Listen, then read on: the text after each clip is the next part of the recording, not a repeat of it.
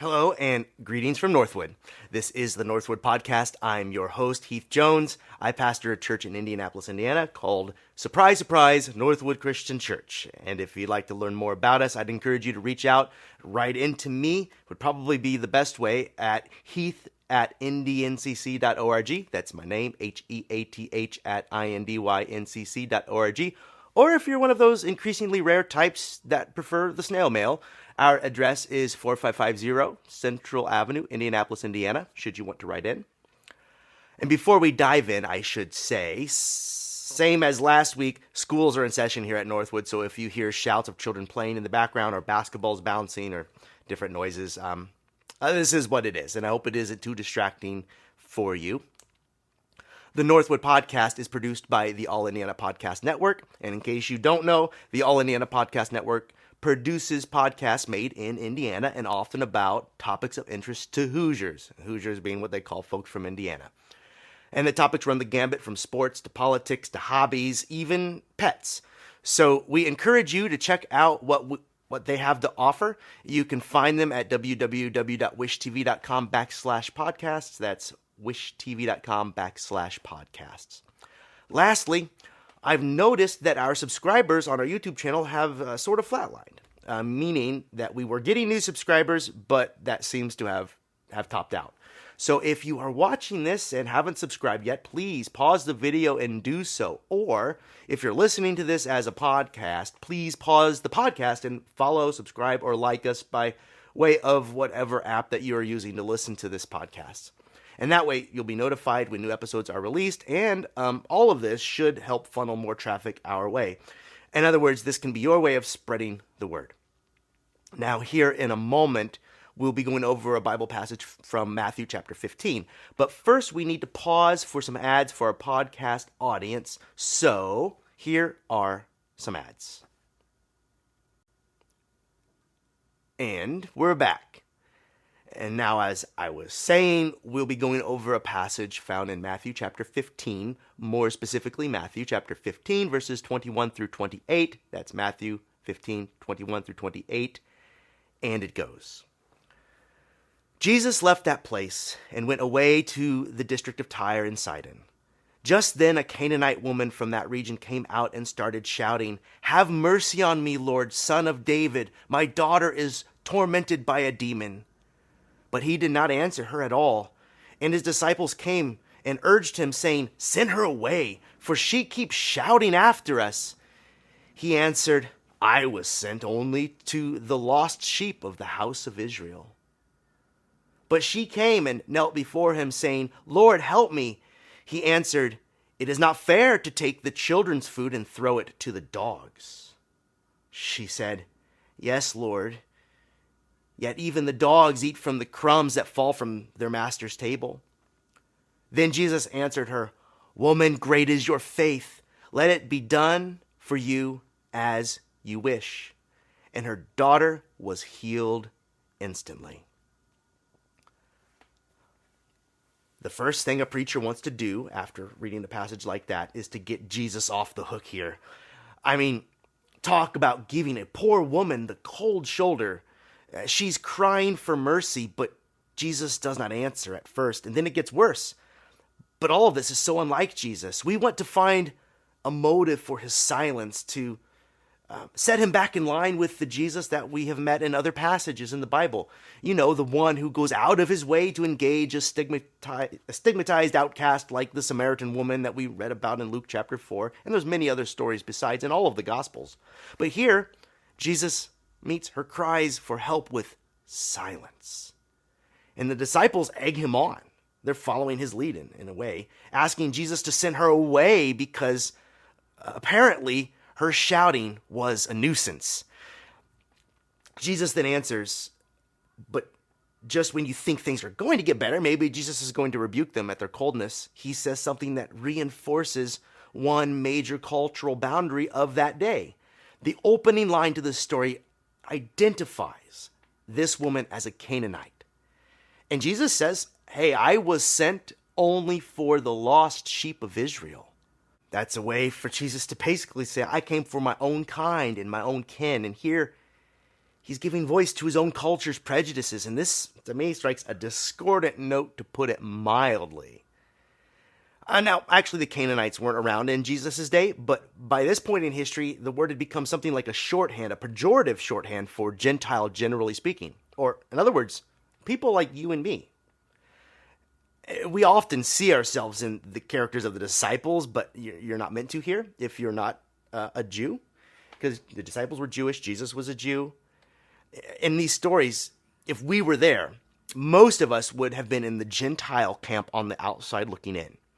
The divisions between the house of Israel and the various other Gentile peoples, those divisions were deeply entrenched in Jesus' day and had been for a long time. So Jesus here is only saying out loud what everyone else has all felt. In other words, go away.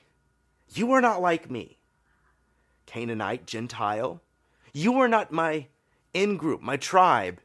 And I'm here to help my own kin first and foremost. God and country, or in this case, the lost sheep of Israel. Or, for some actually, country first and then God if there's room. And at this point, I'm nervous. This is not the Jesus I have known reflected back at me in this story.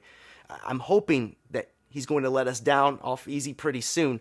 But as you already know by now, if you've read on, and we just read it, it gets even worse. The woman kneels before him in plaintive fashion, pleading, "Lord, help me." And Jesus answers, "It is not fair to take children's food and throw it to the dogs." Gulp. It's what he said in this story. And so now my skin is crawling. I'm feeling very uneasy because Jesus is embodying the prejudices of his own day, naming his own kind as his kin and the people like this woman as, well, there's no getting around it, as dogs. I don't like this at all. But Jesus was human. Sure, uniquely human. For in Jesus, we see humanity and divinity intertwined. But Jesus was human too. And in moments like these, we really see that come out. So am I, though, and so are you. We're all human here. And it's comforting in a way to see that kindred between us and Jesus. Sometimes we forget this when we talk about him.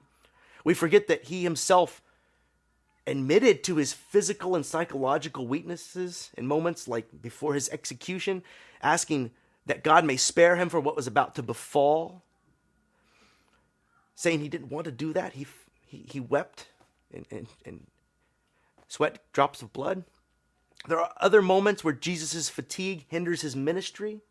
And here is an instance where he seems to verbalize his own culture's prejudices. As some think that here is a moment where we see Jesus' humanity in full view, right along with the ugly. When Jesus said, "I was sent only to the lost sheep of the house of Israel," he was not saying anything that would have been controversial in that setting.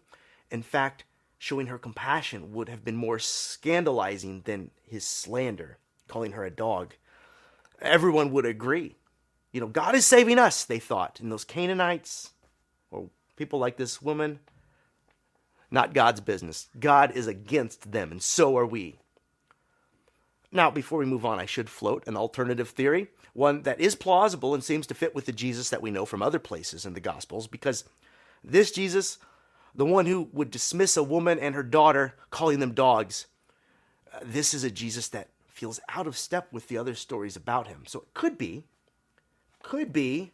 that he is vocalizing his culture's prejudices on purpose to make a larger point, that he's, in the end here, at the end of the day, just throwing their prejudices back at them by showing them a better way to treat those that we find difficult to let in. Perhaps Jesus knows the hearts of his disciples and knows that they will struggle with letting a woman like this in, and so he is just verbalizing their own prejudices to help them work through it. Maybe. Perhaps Jesus does not really mean the cutting insults that he throws at the woman, but is rather giving a blunter expression to his disciples' sensibilities. For they are the ones who do approach him, after all, with the complaint, "Send her away. She keeps shouting at us," they say. I recently heard a story from a fellow pastor in the city that might make a similar point, where a couple who lived in a large, unsightly Astro van from the 1980s had their vehicle break down in a church parking lot. And they were a homeless couple who lived in that van. And so they were stuck. And since they weren't causing any harm, the pastor of that church and her congregation decided to let them stay in the parking lot until they had the funds to repair their only shelter and mode of transportation, that van. But wouldn't you know it, nice neighborhood, people kept complaining. That old ugly van, what an eyesore. And so my colleague was approached several times by complainers in the community about that and how they felt it was unsafe and unsightly and all of these things, until finally she said to one of them, "I'm sorry that their homelessness is such an inconvenience to you." So in a way, here's my colleague, my friend, who's a pastor, throwing a woman's sentiments back in her face to expose them for their ugliness. So maybe it is not fair to take children's foods and throw it to the dogs, is Jesus' way of doing that. To which the woman responds, "Even the dogs get the crumbs that fall from the table." And what she wants us to know, and what Jesus wants us to know today, is yes, even the dogs are deserving of every good thing they need to survive. God's eye is on the sparrow, after all, as we've read in another passage in Scripture. And this woman and her daughter, they're not dogs. Not that there's anything wrong with dogs, but they are our sisters and our mothers. They are, in fact, our kin. They are children of God. So crumbs, is that all they are deserved of? And when I really think about it, I'm reminded of the times when my own culturally ingrained sensibilities kick in and I reinforce the barriers between myself and the people I perceive to be not in my in group. I'm thinking now of people I pass by all the time, strung out, acting erratically, poorly dressed. Jesus was right to name the demons that he encountered in the Gospel of Luke as legion, in other words, 2,000, for there are more of these sorts of things in our world than we can count. Addictions, hatred, greed, racism, exploitation, to name just a few. And when those demons approach me embodied in some poor individual, an addict, someone who is suffering, the thought might cross my mind, did I come for these? Are these part of the lost house I have come to engage? Are these my kin? And in those moments, I want every reason to meet their presence, their perhaps voice crying for help, like that woman in the story. I want to meet that cry with silence. I want them to just go away. And I wish they weren't there at all. So I'll find a litany of excuses to get myself off the hook. Usually I say to myself, I've got enough to be worried about. So do I ignore their pleas? Often. And when I answer, do I deflect with some pithy excuse? Absolutely. Jesus is meant to help us see how the divine and humanity are intertwined. And usually I am challenged by an elevated form of humanity, a better way to be. But today I see how Jesus reflects my humanity back at me, and doing this by way of a calloused response to a woman who is pleading for mercy, like so many people in my own life. And the woman responds, "Yes, Lord, even the dogs eat the crumbs that fall from their master's table." And she knows what Jesus knows. She is no insignificant being. She is naming her worth here. She is God's daughter, so God will help. Now, I should also note that the Greek word used for dog here is a diminutive form, meaning we're talking about a small dog or perhaps a puppy. So this might mean that the woman is calling Jesus' attention back to the one who this conversation really is all about. We might forget through all of this noise that her daughter is the focus, her daughter with the demon. Behaving erratically, perhaps. So this causes me to reflect on the ways that children are often, these days as well, footnotes in these conversations. So when we fail to address the needs of outsiders, we're often forgetting their children as well. But the woman elevates the concept of dog here, insisting that it has a right to crumbs at the very least. So then Jesus answers the woman, "Woman, great is your faith. Let it be done for you as you wish." And then her daughter was healed instantly, the text says. First, wow, What a turnaround, quick and abrupt. But I've seen it before. These are the actions of someone who acknowledges and faces this deep truth. We are all brothers and sisters, children of God. And this is what this passage is meant to teach us. The woman asked first for healing and then for crumbs. I think that we, you and me, can probably do better than crumbs. I also think that it's no accident that this story comes immediately after the feeding of the 5,000, where the crumbs, quote unquote, were in fact 12 large basketfuls of excess food. In other words, when we see the world through the lens of the gospel of Jesus, there is more than enough there. More than enough food for the world, more than enough water for the world, more than enough compassion for humanity, more than enough love. For God is love, and God is boundless. And so, yes, more than enough, more than crumbs for this woman. And Jesus did give more than crumbs, and so should we. So the journey that our hearts must take throughout this story and moving forward, in relation to the people in the world, is the journey Jesus took us through with this woman. He was first moved from silence, or that seeming indifference, as we so often have for those who are in need in the world, to begrudging engagement. In other words, we might get up and move, but we're a bit bitter about it. And then he moves from begrudging engagement to condescending conversation. But hey, at least they're talking. Then, through the course of the interaction, Jesus broadened the scope of the gospel's mission to include those who were, for centuries, seen as outside of God's priorities. Jesus says that the woman has great faith, and you might have missed this, because we might move past that statement so quickly, but in saying that she has great faith, that puts her in the same league as the ancestral heroes of Jesus' faith, right there with Abraham, Isaac, and Jacob, who were also said to have had great faith. He is elevating her to that status of hero. Amazing. And as I said, our hearts need to go on this journey from exclusion to inclusion, from wall builders to repairers of the breach between us, we and those that feel distant, from supporters of violent acts to join others who are peacemakers. We must make these transitions. We need to see that all persons are God's children and therefore our kin, that more than our crumbs are called for. The lens of the gospel helps us to see abundance out of seeming scarcity. Our love for others must not be an afterthought like leftovers after a meal or our crumbs. Our love for others must be as bountiful as the table that we would set for ourselves. After all, aren't all invited to the table Jesus has prepared for us in our communions? This story has a happy ending.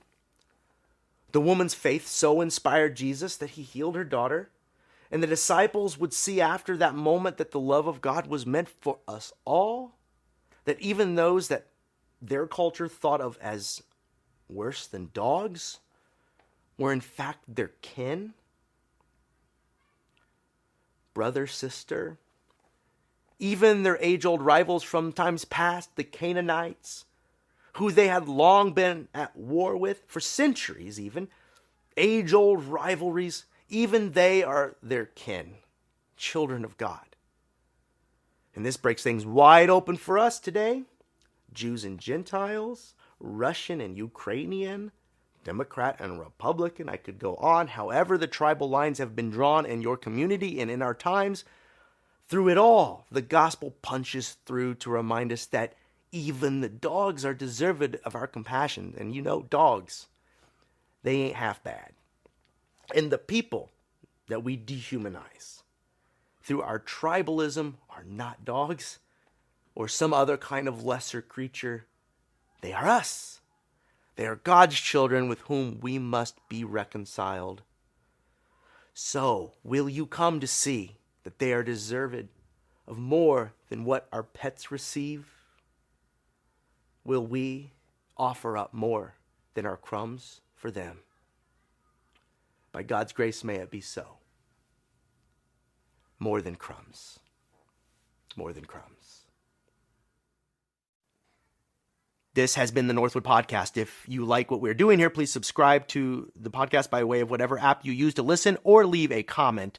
These points of engagement drive more traffic our way. Or check out our website, www.indyncc.org. And also check out the other podcasts produced by the All Indiana Podcast Network. Until next time, this has been the Northwood Podcast. I am Heath Jones. Peace.